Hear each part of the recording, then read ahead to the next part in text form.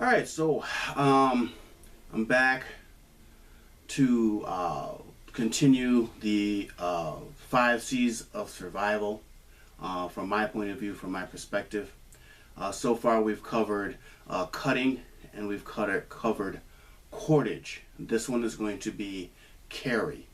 So various tools and items that you would use to carry things that you need, like water, specifically food, other tools and equipment. Now, first off, I just want to say that I appreciate a lot of people that have subscribed to my channel so far. I really just created this channel as an archive for myself. It's kind of hard to keep all of the stuff that you're learning, you know, in your head. And so if I ever forget something, I have it as a review. It seems to be that there are people that enjoy the content and they get something from the content. That being said, I'm going to start slowly moving some of my content behind a paywall. I put a lot out there. A lot of it is free. The vast majority of it will be free because, again, I never did this to make money. I did it to archive, and if it helps somebody, it helped somebody. So just stay tuned to my website, theurban-aboriginal.com. And again, if you feel that the information I'm giving you is of value to you, feel free to check below for a PayPal link. Throw a little something in the tip jar. That would be nice. The other thing is that this channel, I focus on specifically Aboriginal skills and primitive technology.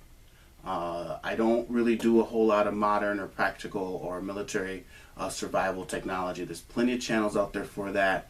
There's people, all the modern tools have been vetted over the years. And by military law enforcement and definitely much smarter than I and resourceful than I, the civilian regular people, and so there's plenty of channels for that. I try to focus on making things from the ground up without nothing. Worst case scenario, you're dropped off in the middle of nowhere with nothing. What do you do is the question. How do you survive that scenario? So that's the things that I'm interested in. That's the focus of this channel. I'm delineating a little bit from time to time from more resilient living or modern prepper kind of survival type stuff, but that's not my purview. There's plenty of channels that do the whole equipment comparison and let's debate this and let's debate that. Let's talk about this. No. That's not. This channel is really focused on tried and true technology and skills that have gotten us as a species this far. So just to keep that in perspective on what I'm doing. Now, this particular series on the 5Cs is really more conceptual than anything. And I try to show things conceptually. I don't show things very specifically.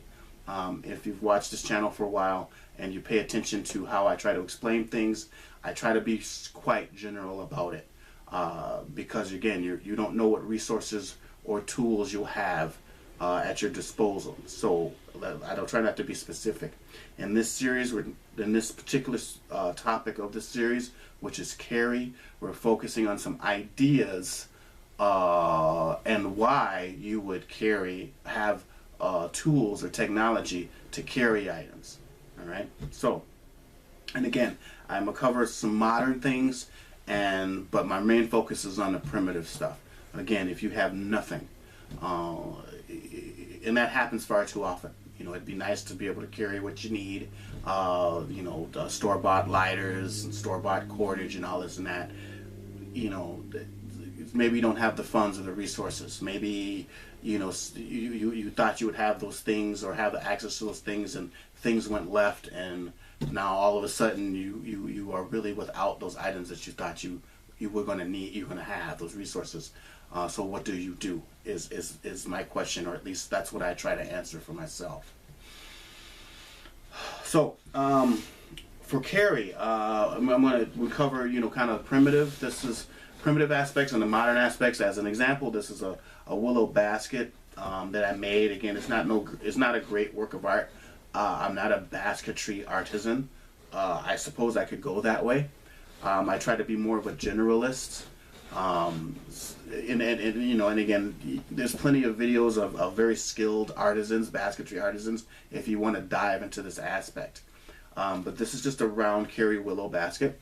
It's lightweight, it's strong, it's durable, and it's enough for when I go out and I collect berries and mushrooms and other things like that. And I can just carry it because it's got a nice handle. It's not watertight, obviously, so I wouldn't be carrying water, right? Now on the modern tip of things, this is just a kind of a thermos bottle. I've done a knot with a bottle sling, and I have a carabiner on the end of this so I can clip it to myself or a basket or something, excuse me, so I don't lose this or drop it. All right. Now the cool thing about this is it's watertight. And it's made of metal, so I could actually, the top is plastic, and this is 550 paracord, so this is more or less synthetic or plastic nylon. So I'd have to take these embellishments off and set this in the fire, and I could disinfect water or boil tea or cook food out of this as an item, so as a carry item. One of the main things that we're focused on for this is really carrying water, holding water. If you have to travel vast distances or hike out of somewhere, how are you going to carry water when you need it? And other foodstuffs and other things as you come across them. So, again, so we have kind of more of the primitive tech stuff, on one side, and then we have kind of more the modern stuff on the other side as just ideas, right? If we go into more primitive stuff, and one of the last, one of the last C's that we covered of the 5 C's was cordage. Here's a net bag that I made. All right, so it's just a net bag. I think I showed this in the last video. This is a way to carry things. In fact, my girlfriend uses this when she goes to the farmer's market to actually carry watermelons in, and it's convenient because what carry items do is they're a force multiplier. Meaning, what I mean by that is that you are able to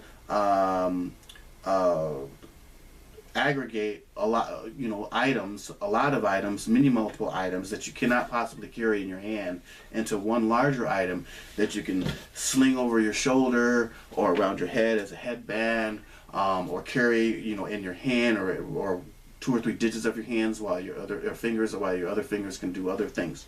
So that's the purpose of this. It saves energy. But it also maximizes the amount of resources that you can handle or bring to a destination at a time. And again, this is just made out of store-bought twine or store-bought jute. It can very well be processed out of any sort of natural fibers, nettles, yucca, dog bane. It just takes time to do it, is all, to get the amount of cordage that you would need in a wild or primitive situation. So again, that bag would be part of a carry item. Right? So that's more of the primitive side. One thing we'll get into, the obvious, is just your regular old modern bags, right? So this is a bag, a bota bag, or it's like a wine flask bag that I made out of leather. It's got zippers. It's got a unique shape to it. Again, these are embellishments. This is obviously modern, but it's using a natural material, which is leather. It's got detachable straps with these clasps onto it. It's kind of stylized so that it's closed at the top like an actual wineskin. And usually there's just one strap, but I modified the design so that it's 2 straps to carry as a backpack. Okay, and this is just kind of a general size of this, which is a carry bag. It's not going to carry a whole lot of items, but then if you travel light or if you try to keep your kit smaller, then this is good enough. You don't want to be carrying a whole lot of weight, especially because that's caloric output that you're going to have to compensate for by hoping that you can get enough protein, enough caloric resources to replenish if you're carrying a big heavy pack or bag. So, you know, a bag obviously is part of the carry category, right? So, and with that being said, here is kind of my go bag, which is more of a waist pouch, right? It's not very big, but it's got lots of pockets, and it carries what I need, really full of modern survival gear, right? Lighters, matches, other parts of the 5 C's that are packed in here, right? Again, the practicality of it all is in an emergency situation. You don't want to spend time trying to make a bow drill. It's just a waste of time and energy, and possibly very risky, because you may not be able to make your fire. However, if this was stolen, or I lost this, or the combustion making items in here that I have failed on me, I know I can go to the bow drill, right? Or the hand drill, or a fire plow, or fire saw, something like that. So again, this is just a nice bag. And again, I'm not going to get into the specific bag. I'm not going to even endorse this. It's just a type of bag. There's plenty of other places you can search online and get the best ultra super secret great freaking bag that you can buy. As long as it works and is functional for me, that's all I really care about. Again, this is my daughter's carry bag, or her go bag. It's small enough and lightweight enough for her to carry, and it's not too heavy. It's got different pockets. It's got a main area here. Again, as you can see, I kind of attached a little multi-tool to it. Again, modern stuff, made of metal. But it's just an example of the type of bag that is not a carry item, I should say. It's not too big. It's got straps so that you can so that she can carry this on her pack, and when we go hiking or when we go out in a boat, then she has this, and so she can just grab it. And she has pretty much, you know, at least 1 or 2, redundancy is important, at least 1 or 2 of each of the 5 C's within here, as well as in my own go bag here. Yeah. So there's, again, obviously there's backpacks. You know, and then you've got the kind of military grade, you've got the super hiking grade, you know, I mean, again, the concept is, you know, find or procure a bag that's going to work for you, that's going to carry the items that it is that you, that you think that you'll need. My thing would be to make sure that it's not too heavy, not too cumbersome. That it's easy to get in and out of items, that you get in to retrieve the items that you need quickly. I would be, you know, when you go out hiking and you got a 50, 60, 75 pound pack on your back, you might as well be an astronaut going to the moon, where you have your whole life support system on you, you know, because it's a foreign place. Again, the philosophy where I was taught is that we were just alienated. Modern people are alienated from nature. You know, urban dwellers, I should say. Modern urban dwellers are alienated from nature. So they feel when they go camping, you know, they need this big old pack, and they need to carry, basically look like a turtle or a snail, with a shell of just everything as a life support system to go into the woods. And they're basically trying to bring their house out into the woods versus getting what you need from nature, or even just doing without. So again, that gets into a whole, you know, the weeds of philosophy and mindset. But I think that, you know, that it's 90% mindset. It's how you think about things. However, in a more practical situation, resilient living, then yeah, you know, invest in a good, decent backpack that you can carry. That's not gonna cost you a lot of calories to carry around in case you overpack. It's very important. So, you know, you've got your carry items here. So we got bags, obviously. We'll set this down. And different types of bags. I'm not going to get into which is the best, you know, all this and that.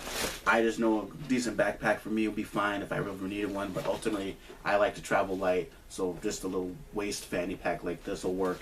And if I must have something extra, then something nice and portable and lightweight like this will work for me and my purposes.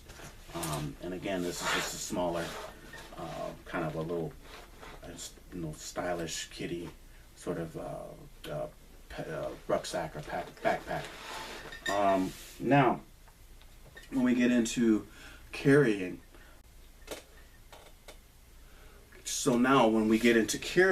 along the backpack lines on the primitive tip of things, this is an A-frame primitive backpack frame, right? And what you would do is you would lash your pack to the frame here. All right. This would be coupled with the more, in my mind, practical art, Japanese art of furoshiki, which is the ability basically to wrap items using a square or a large square piece of cloth, and that's called furoshiki. And you could wrap your items in there and then lash it to your frame, and it becomes a fairly lightweight and practical and strong backpack. So hopefully I'll get an opportunity to show how I made this or how I put this together. Again, it's the size for my daughter. It's not really the size for me. But again, this is finger woven webbing or finger woven straps that are attached to it. It's lashed with buckskin or lashings, and it's pretty slick. It's pretty cool to be able to know how to make one of these and the fly. So again, you can be able to harvest from the land to make what you need versus spending hundreds of dollars on a really fancy backpack. It's your choice, but I'd rather save the money, to be honest with you, and just spend a little time to make something like this to carry what I need from place to place. So that's just an example. Again, along those lines of kind of primitive, here's a sarong that I like to wear, that I often wear. And the sarong is worn in the Southeast Asia, Indonesia, Philippines, Thailand. They also wear sarongs in Africa as well. And it's a wrap and it's covering. And there's just really some really cool videos out there on how people around the world will use and wear a sarong, both men and women. And not only how they wear it, but how it's used. Again, from a self-reliance standpoint, the sarong, we'll strap for space here, the sarong can become a weapon, all right? And you can use this, and this becomes kind of a weapon. It's kind of a little bit more on that. I have another channel for my martial arts stuff. Yeah, I could put a rock in the end of this and dip this in some water, and then this becomes a tool, a weapon, all right? Again, it's very fascinating, very cool stuff. So as long as you're clothed, you're never unarmed. But more specifically to this subject matter, I can wear, and they often wear the sarongs like this across the body, and it's basically a loop, right, like this. So I can tuck things in here, and I can just kind of tuck it, stand up here, so I can just tuck things in here, and it becomes a pocket, right? And I can put all kinds of stuff in here, and it becomes a pocket. And put this in here like quick. Yeah, even this bag, I can tuck this, and I can carry, right? I can carry like this, right? And if I want it more secure, I can fold it over. I can put a twist in it, and it's more secure. Or I can take some cordage and bind the ends so it's like this, right? Very lightweight. I've used this oftentimes. I go to, amusement park or a fair or something like this. I don't need a backpack. I've got this, right? And it's easy to get in and out of, and it's just more convenient, in my opinion. So, again, just carrying light from my standpoint, from where I'm at with things. This goes along the lines of furoshiki, like I mentioned before. Furoshiki, again, is kind of the Japanese art of wrapping and carrying items with a piece of cloth. You can make backpacks out of it. You can do gift wrapping with it. It's very elegant, very pretty, and it's just cool. So I'm hoping in the near future here, I'm going to do some videos on some relevant furoshiki techniques as it relates to bushcraft, primitive tech, and also even origami, which is the art of folding paper. That would be relevant for carrying items as well and holding items. So look out for those videos as well. Furoshiki to me is really kind of fascinating, and I think it's really cool because, again, being a minimalist and really just having what you need, even your own clothing, you're able to carry items. If you notice, the hoodie I've got on has kangaroo pockets in it. Again, another carry items. Your pockets are carry items. So when you really start to think about the concept of carry of the 5 C's, there's lots of ways. There's lots of things out there. Almost everything. We have plenty of things.